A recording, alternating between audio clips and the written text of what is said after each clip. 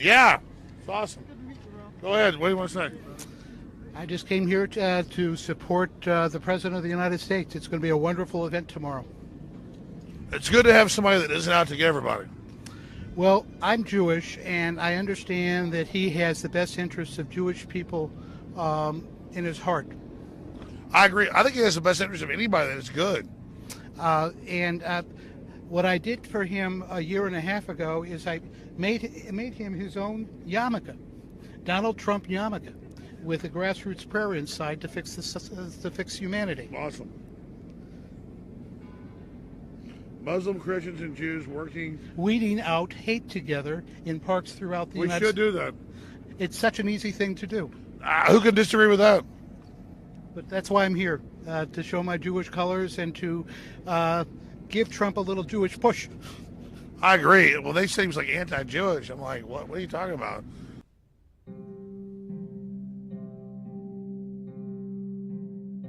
Well, I was getting this question in the 1990s, and I said that the West really doesn't understand militant Islam.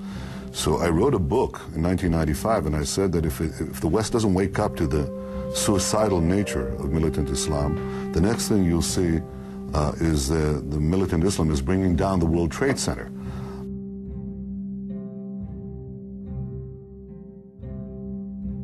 I said that the West really doesn't understand militant Islam. So I wrote a book in 1995, and I said that if the West doesn't wake up to the suicidal nature of militant Islam, the next thing you'll see is the militant Islam is bringing down the World Trade Center.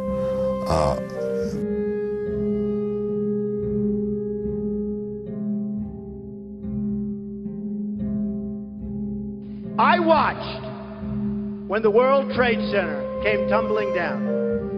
And I watched in Jersey City, New Jersey, where thousands and thousands of people were cheering as that building was coming down. It began when this woman was watching the Twin Towers burning from her apartment in New Jersey. She noticed three men on top of a van, posing for pictures with the towers burning in the background. And I could see that they were like happy. You know, they didn't look shocked to me. You know, they didn't look shocked.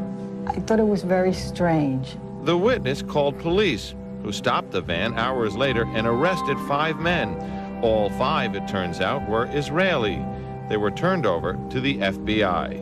Sources tell ABC News during a check of national security databases, some of the men were listed as having had connections with Israeli intelligence. At the FBI, that set off alarm bells. The FBI needed the answers to 3 important questions. Who were these men? What brought them to that parking lot on the morning of September 11th? And did they have any advance knowledge of what was going to happen that day?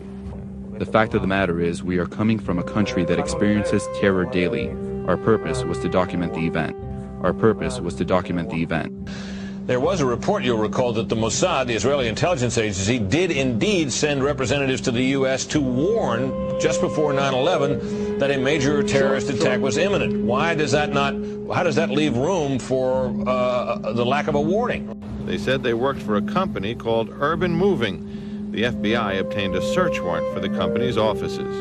Not long after the arrests, the offices of Urban Moving were simply abandoned. Almost everything was left behind. The Israeli newspaper Ma'ariv has reported Israel's former Prime Minister Benjamin Netanyahu has publicly said the September 11th attacks have been good for Israel. Netanyahu said, quote, "We're benefiting from one thing, and that is the attack on the Twin Towers and Pentagon and the American struggle in Iraq." My name is Donald Trump, and I'm a big fan of Israel. And frankly, a strong prime minister is a strong Israel. And you truly have a great prime minister. In Benjamin Netanyahu, there's nobody like him. He's a winner. He's highly respected. He's highly thought of by all. And people really do have great, great respect for what's happened in Israel. So vote for Benjamin. Terrific guy, terrific leader, great for Israel. President-elect Trump, my friend, congratulations on being elected President of the United States of America. You are a great friend of Israel. Over the years, you've expressed your support consistently, and I deeply appreciate it. I look forward to working with you to advance security, prosperity, and peace. Israel is grateful for the broad support it enjoys among the American people, and I'm confident that the two of us, working closely together, will bring the great alliance between our two countries to even greater heights. May God bless America. May God bless Israel. May God bless our enduring alliance.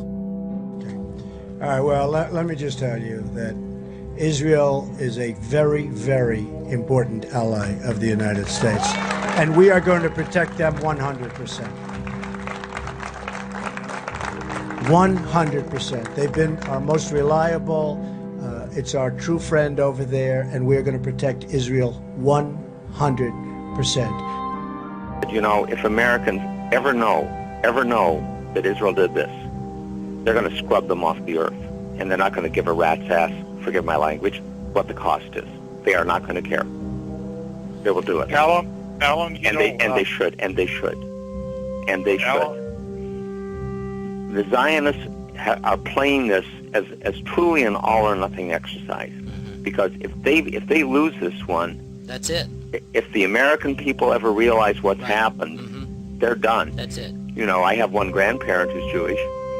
So it's not only a matter of blowing our cover. If Americans ever truly understand that, their history, you know, it'll be a bloody, brutal war, and they're gone. I mean, it's not even going to be a close contest. Well, and they know that, and what they understand, I think, as well, is that their leverage is on the political appointments. Their leverage is not in the uniformed services. There are lots. If you pick up the Army Times or the Navy Times or any of the journals of any of the services, you get a very different view than you get, you know, looking at the Congress and the White House. And the military has not been bought. The military is loyal, but it has not been bought. By the rivers of Babylon, we wept as we remembered Zion. If I forget thee, O Jerusalem, may my right hand forget its skill.